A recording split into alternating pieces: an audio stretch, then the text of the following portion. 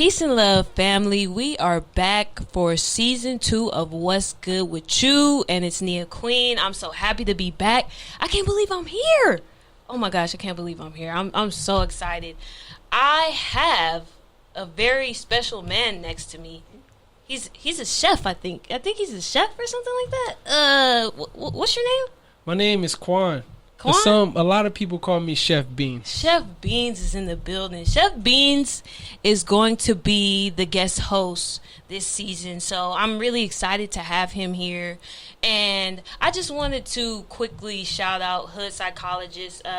He's holding it down for his family. He is having a baby next month, Shout a beautiful baby girl. And I just hope that him and his fiance have a safe delivery and a safe baby and a healthy baby. I'm so excited for him. So yeah, it's all love between me and his psychologist. I know y'all gonna be wondering like, where he at?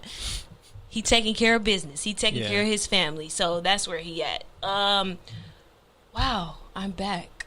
How do you feel? How do you feel being back for season 2? I'm so over 20 episodes in season 1. Like, man, I'm so excited. Like, it's been on my heart. Like, I gotta bring the show back. And every time I see somebody, they're like, Nia, what's good with you? Like, when's it coming back? I'm like, I got y'all. Hold on. But it's been a struggle trying to get this to come back. But we here now. And we here to stay. You know Absolutely. what I'm saying? So I'm just excited. And I got so much good feedback about season 1. And even from like the older generation too. I was surprised. They were like, yeah, I learned about this and I learned about depression. I'm like, oh, y'all be watching my stuff too? Right. My aunties and the church folk. Hey, people at church, I know y'all be watching. But I'm excited that I was able to help people learn about stuff too. What would you say is some of the best feedback that you got from people during season 1 or about season 1? The best feedback. Well, that's a good question. I would say, oh man, that's a hard one. Cause there's one where my aunt was like, "Wow, Nia, you have such great interviewing skills." And right. I was just like, I do? Like, I never prepared for this. I didn't study this. This is just something that was on my heart. So that was a really good compliment. But also, too, one of my friends called me about the parents episode that I did. That was, like, one of the first episodes, like, parents who affect your mental health. And he was like, Nia, I struggle with the same thing. Like, I'm so glad that you did an episode about that. So that was some good feedback that I got. But I like to hear when my friends are like, oh, yeah, listen to that episode. I'm like, oh, you be listening? Y'all be listening to me? Y'all like me? Okay. But, yeah, we're back for season 2. And this time around, I want it to be a little different. And what I mean different, I just want to be more transparent. Hey. You know? I want to be more transparent. I feel like in season 1, I was not necessarily holding back, but I was a little afraid of what other people would think of me. Right. Or my family would think of me because I guess I was scared a little bit. You know, I was a little scared. But, you know, now I'm out here. I'm grown. I'm 26 now. So I'm like, Nia, you got to be authentic. You got to give them the real because you don't know how many people you could be helping by sharing your story. No, absolutely. A lot of people struggle with identity. They struggle with being their authentic selves. Right. So when they see someone being authentically themselves, it gives them the courage to also tap into that side of them. Right. Yeah. So this season, we're going to be transparent. We're going to keep it real. Last season we had the segment Let's Keep It Real, but we're going to keep it real all the time. Keep it real. All the time. Like we're not holding back. And yeah, let's talk about this summer. How was your summer? My summer went by extremely fast. I feel like my birthday is the top of June. I feel like once that started, I blinked my eyes and it was already September.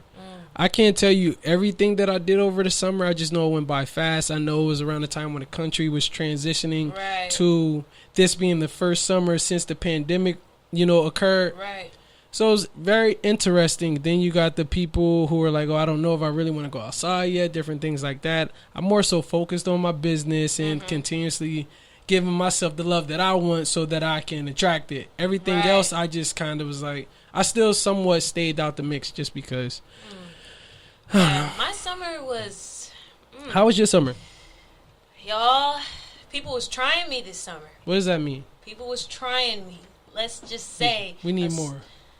I mean, a certain someone was trying to ruin my reputation. I'll say it like that. Jesus. And I felt very tested in that moment. But I do appreciate my friends and my cousins for being there for me during that difficult time. I wouldn't have been able to get through it without them. And I'm probably going to have a whole episode on that. So I'm going to save that. But yeah, that's how the summer started off for me.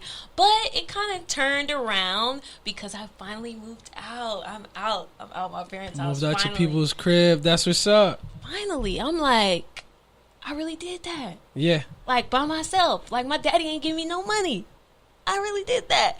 But it was a struggle even doing that. Trying to find an affordable place in a decent neighborhood in LA County. Right. It's just like, oh, dang. That's like Game of Thrones. Right. That should be a sport in itself just because the prices. Because I'm from Jersey. So not saying Jersey's the most inexpensive place, but LA is on its own island as far as what you can get from a studio here versus like other places or one bedroom based on the area. So I already know studios be $1,300 a month for a little room just like this. Like this is your whole home, this room. Like I was like, this don't make no sense. And then half of the places don't even have air conditioning. They don't have new bathrooms. They don't have none of that. So I'm like, well, what am I paying for? Just to live in LA? Yeah, location. Basically, yeah, that's basically it. But it was a lot of highs and lows. Like I would think, oh, I'm about to get this place, and then my roommate's like, nah, I don't like it. I'm like, oh, dang. But also too, parking. Yeah. What's up with parking in LA? I don't understand. A lot of people want to move out here because of location, weather, things like that. And if you're lucky, you'll find a place that provides parking for you. But when it comes to street parking, that's a whole Olympic game itself. Brutal. Yeah, absolutely. Brutal. And luckily, my place has 2 parking spots. But it took me a while to even find 2 parking spots because some places were like, oh, we're all for 1.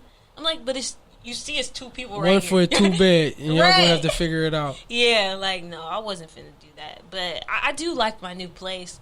The only thing is I don't have no air conditioner, so I'll be burning up. I'll be trying to get out of there when it's hot. Right. But it's not too bad. But I'm glad that the season is about to change, so it's not gonna be as hot. But yeah, I moved out. Like I can't believe it. Like I'm really like I feel grown now. Like, I feel like an adult now. Like, even though I guess I've kind of been an adult, but now I really feel it. It's different when it comes to adulting when bills are there and it's like, oh no, if I don't put this money to the side, then there will be repercussions to that. To whereas you have that comfortability living with that safety net living with your parents, like, oh, I can spend this. At the end of the day, I know I'm going to have something to eat. Right. I know I'm going to have something to stay. Right. Somewhere to stay. So. Yeah. But yeah, I'm out here. I'm proud of myself though, and I got a raise. There we go. Good job. We like to hear that. Those blessings. On my birthday, they sent me an email saying, "Oh, Nia, you're getting a raise for the next." I'm like, oh, I need it. Yeah. I need it because it's expensive out here. Yeah. But I wanted to make sure that I thank the listeners for tuning in season 1. We had a lot of downloads and streams, and I was just like shocked, like, wow, people really listen to this. But also too, I realized how much of the podcast was for me. What do you mean? Like, it was really therapeutic. Okay. Like, I realized after I stopped recording that, like, my mental health was declining. Sheesh. And I didn't have that outlet to say what it is that I needed to say. So it was really like a release for me. Like, I always talk about it when I'm in therapy with the kids. Like, you know, if you're going through something, talk about it. You could talk to me, you know. But I never thought that, oh, wow, this is my outlet. Yeah. And it never occurred to me. But yeah, as much as it helped y'all, it helped me too. And that's why I'm like, I have to bring it back for my own mental health. Absolutely. Not just for, listens or likes or all that stuff, but for me, because this is helping me ultimately at the end of the day. But yeah, thank y'all for listening. Thank y'all for listening to season 1. Now, we are in, would you say, post-COVID era? Or we're not post-COVID yet? Huh? Yeah, no, it's definitely not post-COVID, especially with all the different announcements and billboards and things like that. This is still very much so the eye of it. I would say, I don't even know if I would say post-pandemic, because I still feel like that's, you can say post-quarantine. Post-quarantine. Post-quarantine, yeah, because, I mean, last year was rough. It was really rough. But this year, I think a lot of people have been struggling with that reintegration into society and even going back to work in person, because that's what I had to do. And I'm like, I'm tired. Like, I want to work from home again. Like, but when I was working from home, I'm like, I can't wait till we go back again. Now, I don't know what I want. But it's different. Yeah. It's not the same as, going to work before, because now it's like, oh, you have to have a COVID test. Oh, we got to take your temperature. You got to fill out this survey. I'm like, dang, I got to do all this just to come into work. Like, it's a lot more than I expected. What about in your industry?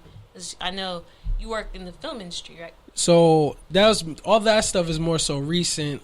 During the eye of the pandemic and quarantine like that, I still, and at the time, was managing a restaurant. So with that, we just had to make sure that we were being super precautious and doing everything that the county and the state needed us to do to make sure customers are 6 feet away. Everyone has on masks, no service. Just being really like strict with that. So I never actually worked from home in that capacity. Even though being an entrepreneur, I always technically work from home because that's where I make my product and things like that. Yeah. But I would say a lot of people are complaining about, working from home versus like pulling up in person. And a lot of people also struggle with like that solitude, like being with themselves during the pandemic. But I feel like I've already set up shop in solitude. Like I've already taken steps towards like really getting to know myself, even if that's in the absence of everyone else. So I perceived the quarantine and pandemic a little different. Like I kind of maintained the cadence that I was already on. You was already on that. I was already kind of on like no matter what happens externally, I need to make sure I'm good if ever anything was to happen. It just so happened that something happened. Yeah. I think for me, I enjoy being around people because I like to talk a lot, as you can see. Nah, I feel you. But I think just in my field, working with children, that the Zoom stuff was not working. Oh, yeah, nah. It wasn't working because I'm like, are you paying attention? Are you there? Like, they want to turn the camera off, turn it on, turn it off, turn it on. I'm like, probably got their Nintendo Switch under the camera, like, oh, yeah, I'm paying attention. Or their phone, like, just texting. And I'm like, am I even helping these kids at this point? But I've seen a real turn in my clients as far as the rapport that I have with them. They trust me more now. Via Zoom? No, this is in person now. Okay. Yeah, I feel like they're opening up more. Even though I've been working with them for mostly a year, they're now starting to reveal things to me. And I'm like, well, why didn't you tell me that? Never mind. You know what I'm saying? Yeah. Like, nah, I feel you. It's that in-person connection that I guess they feel safe around me. So now they're starting to reveal more. So I am happy kind of about that. But it's just tiring. Because I have to drive around for work, so it's a little tiring. Yeah. It's an energy thing. It's hard to feel energy through the phone or through a laptop, through an iPad, versus if someone's in front of you telling you that they care about you, telling you that they care about your well-being, versus like, I don't know. It's like visiting somebody in jail. You got the glass screen. Right. You want to feel the love. You put the hand up on, like, that's what FaceTime and Zoom call is. Right, exactly. I can't touch you. We see each other. Right. But we can't really exchange energy. Right, exactly. I think that's the key word, energy. Yeah. I think they could feel that welcoming energy from me. Right. So they feel more comfortable. And when you feel more comfortable, you reveal more about yourself. Absolutely. So, yeah, that's the upside to reintegration. The other thing I don't like about quarantine being over is, where's my money? Like, my money's gone. because inflation. I'm like, Yo. wait a minute, how did I spend $200? I only went one place. I told people, so the country, this is how I view it, right? When everybody got the stimulus checks and things like that, is the country is trying to think of ways to get that back, or just things that were shut down. So raising taxes all over and inflating the prices, that's how they're going to get their money back. So going to Applebee's, usually where you'll spend that 2 for $20 or whatever like that, it's now 35 or 40, even though it still got the same title. Wow. Is there? I work in a restaurant. I know, like, if you have to, for the most part, follow suit with inflation if you plan on keeping your business open, because how can you compete when everybody else is going up in price from your product? Dang, everybody's going up in price. So if you don't go up in price, like, that's what it is. You didn't notice certain places are more expensive than they were before. Like Dollar Tree talking about charging things that's not even $1 anymore. Like, that broke my heart. You can't call yourself Dollar Tree, right? Like, you need to call it Discount Mart or something. But right. Yeah. $2 Tree, something, but not. Wow, inflation. I never even thought about that. Yeah. That never even crossed my mind. I just thought I'm too excited to be outside, so I just started spending more money. But yeah, that's not for me. I don't want to be out like that. Now that I have a place, like, y'all want to hang out, come to the crib. Right. I got food at the crib. I got liquor at the crib. Come on. Like, I'm not trying to spend that money. But today's topic, since I just moved out, it's been on my heart to talk about how adulting has changed my life. Ghetto. Adulting is ghetto. It's ghetto. No, I think it's bills is ghetto too. Like, I think that's the part, because, like you said earlier, it's no safety net. So it's all on you. Yeah, absolutely. You gotta pay the bills. You gotta pay the rent. You gotta take out the trash. You gotta do that. Like, everything is on you. You gotta keep your house clean. You gotta buy the cleaning supplies to clean your house. Like, oh man. Anyway, okay. Good thing I got a raise though, so that's helping me out. But one of the most common stressors of adulting is financial responsibility. Yeah, absolutely. So yeah, that's been different. I think I struggle the most because I'm frugal. Okay. Or cheap, whatever y'all want to say. Frugal, cheap, whatever. I don't like seeing the money go out of my account. If I see all these transactions, I'm like, Nia, what are you doing? Sit down. Stop spending money. So, I don't know. What about you? Well, when it comes to me, I wouldn't necessarily say that. Am I frugal? I would like to consider myself like the dad off Everybody Hates Chris. It's like that's cheap. It's like, no, I'm playing. No, you know what it is? That's 10 cents worth of spilled milk. You're going to drink that milk. You know what it is? I spend money on things that I want to spend money on, and sometimes I don't always think in a moment of, how this can I make sure my bills and everything are paid. It's not like I take my cell phone money or my rent money and no, I don't play like that. But when it comes to that other money, I want to just do a better job at investing it, whether that's into stocks, whether that's in something that can enhance my business to bring in more streams. Yeah. But going outside is ghetto. It's like every time I leave my house, I feel like I spend $100. Yeah. $100 is the new dollar. It's like, why does it cost $100? And I'm not even going to talk about Target, how you just think you about to buy some napkins and you end up... It gets crazy.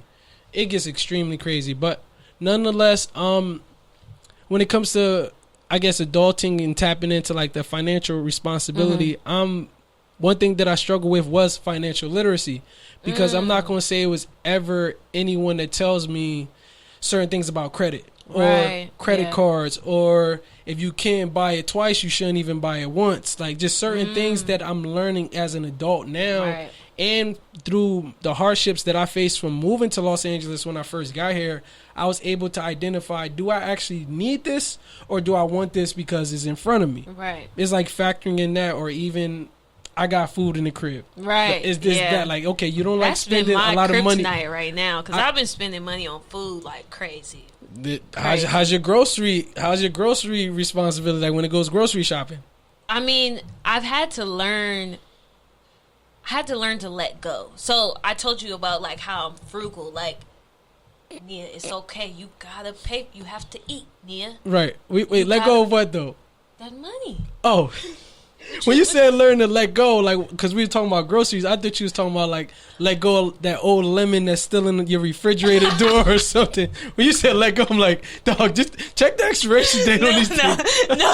No. You did kind of look at me funny when I said let go. I'm like, no. Okay, let go of them. Okay, I get what you're saying. I'm talking about, so when I was staying with my parents, obviously I was able to save a lot of money. Right. Because I was only spending a small portion, mostly on food, groceries, stuff like that. Right. So when I moved, it's like something, I guess I get kind of anxious or stressed out when I have to spend a lot of money, but then I tell myself, like, Nia, this is a necessity. You need to pay for this.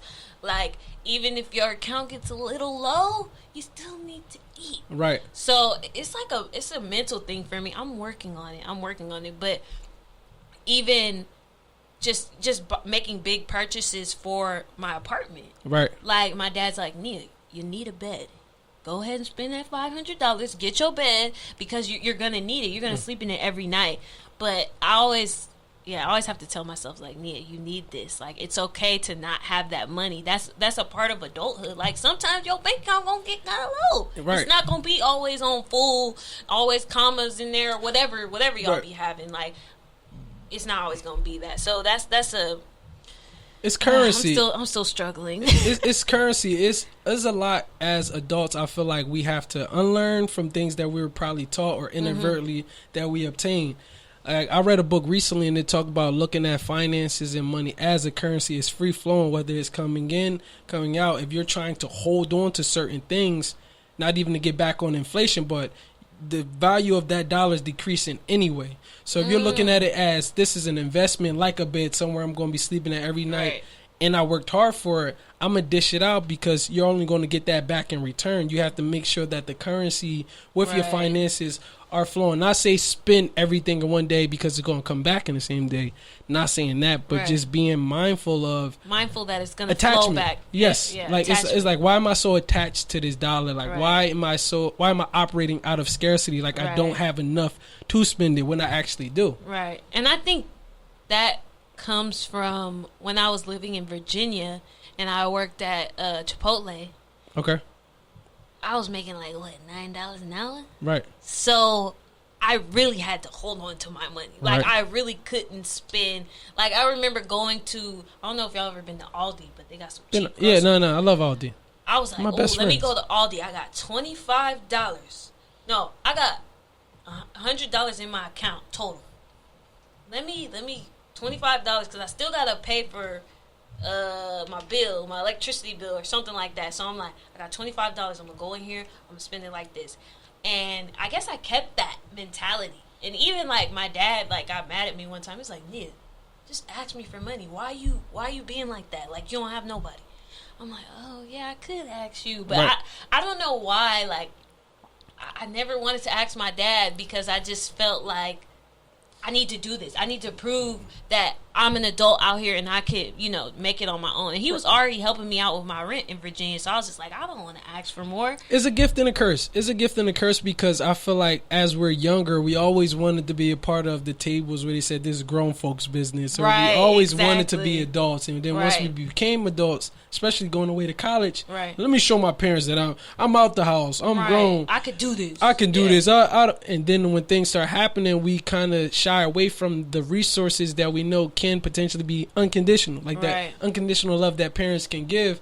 So I definitely understand, but it's a lot of meals that thankfully, we persevered through, but we probably could have had different experiences if we just reached out. I don't know. Is it pride? Yes, it's pride, okay. It's ego, it's the perception that we build of ourselves, like whatever that I need, I'm going to make sure that I get it myself. But another way of still getting it yourself is tapping into your resources, because you developed, like, that's a part of you. And I guess, too, I kind of sometimes compare myself to others. Okay.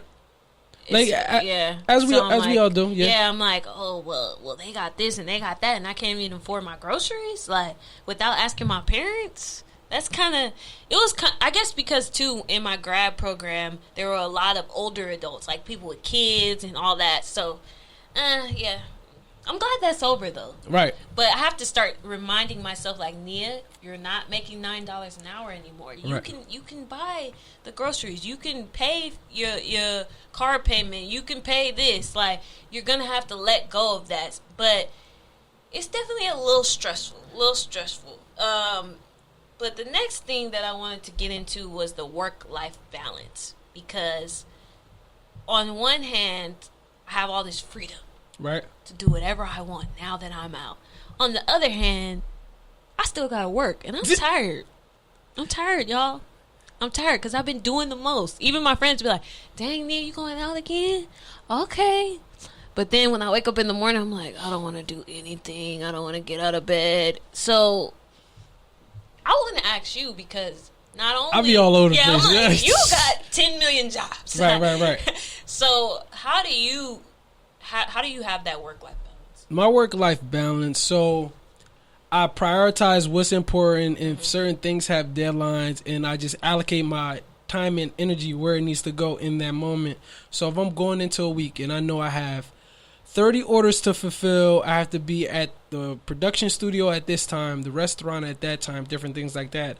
I tailor and adjust my schedule to that, while also knowing that the love and light that I need is in arm's reach. If I'm not getting it in person, I can just, it's a phone call away. I make time for that, but I'm very intentional with where I allow around myself. I think I don't really believe in idle time. If it's too much idle time in my life, I start to go crazy. Like, that's something that keeps me unbalanced, because like you said, how you get energized by energy, just being an extrovert, introvert, ambivert, whatever it is. I realized in my isolation and solitude, like I was talking about earlier, that I need to be actively working on my creativity. So when it comes to work-life balance, I found ways to be a creative in the workspace and outside the workspace. And I even have a list called things that make me happy in my phone. So if I feel overwhelmed, I've created this resource of things that I can do when I'm feeling unbalanced. Whether that's getting myself a strawberry shortcake ice cream bar, whether that's watching battle rap, a classic hood movie, doing whatever.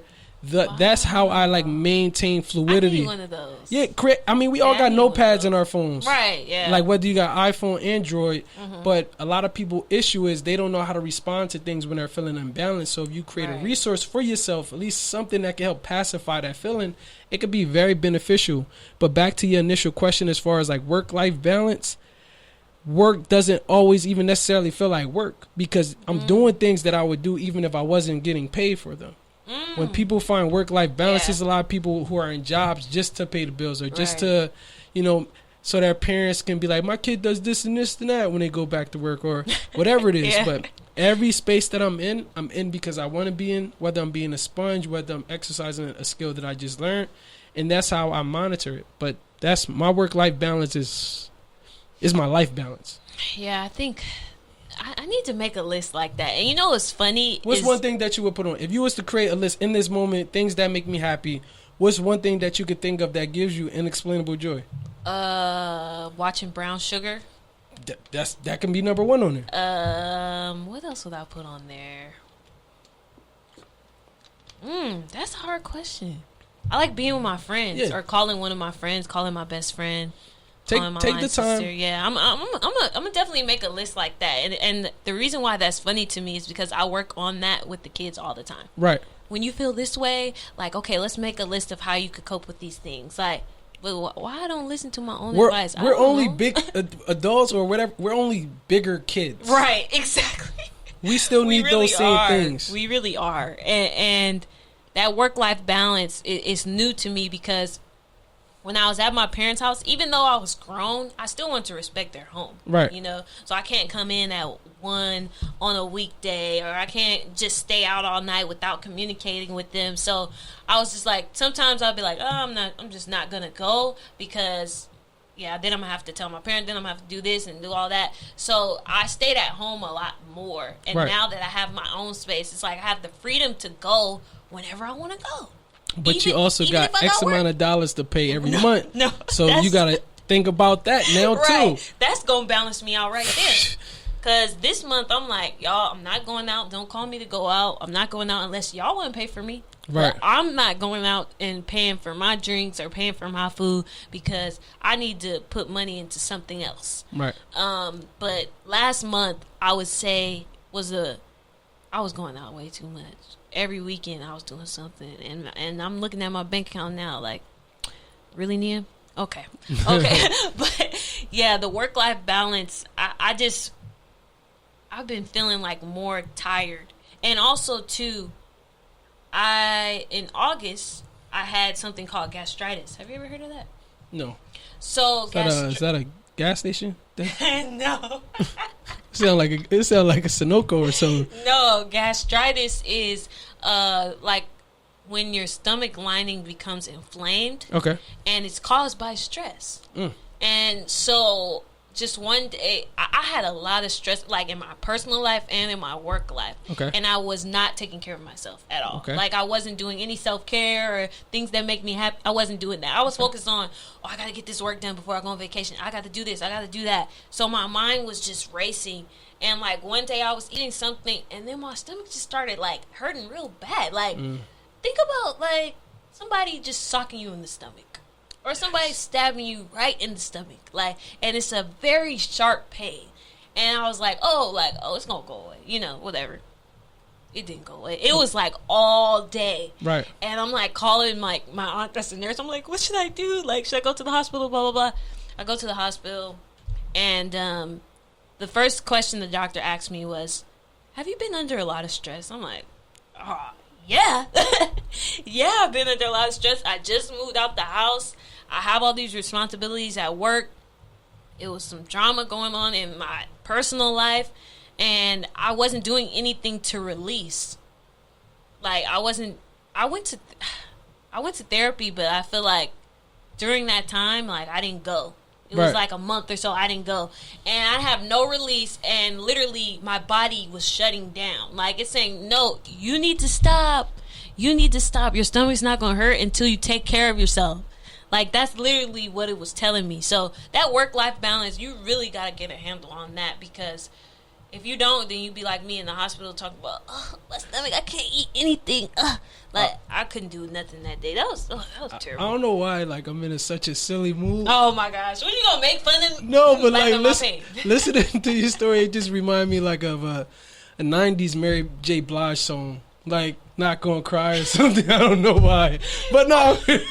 Seriously, don't know. People do need to work on like how they respond to like stress and being able to like check it at the door and identify what's going on. Right. Because if you're able to identify it, once you develop a healthy relationship with yourself and know your body inside out, so when you notice stress or anxious thoughts start to occur, being able to check them before they fully like blossom and take over your body. Exactly. Because it sounds like that's ultimately what happened. Things just kept piling on top of each other, transitioning, job, this and that. Now you're in a hospital, so thankfully you were able to, persevere through that and tap back into this platform that you created that helps you mitigate those feelings. And I was like really freaking out. I was like, I don't want to go to the hospital. I just didn't want to accept that there was something wrong with me. So I was just like, I don't want to go. Mom was like, you need to go to urgent care before it closes, blah, blah, blah. Whatever. But I got through it. Okay. But I learned my lesson. I'll say that. What was the lesson? I need to address my stress when it starts and not just pile on things on top of it. And just because, I have all these responsibilities, that doesn't mean I can't take that time to be by myself and take a break. So I have to listen to my body and listen to those anxious feelings and those stress feelings like you were talking about earlier.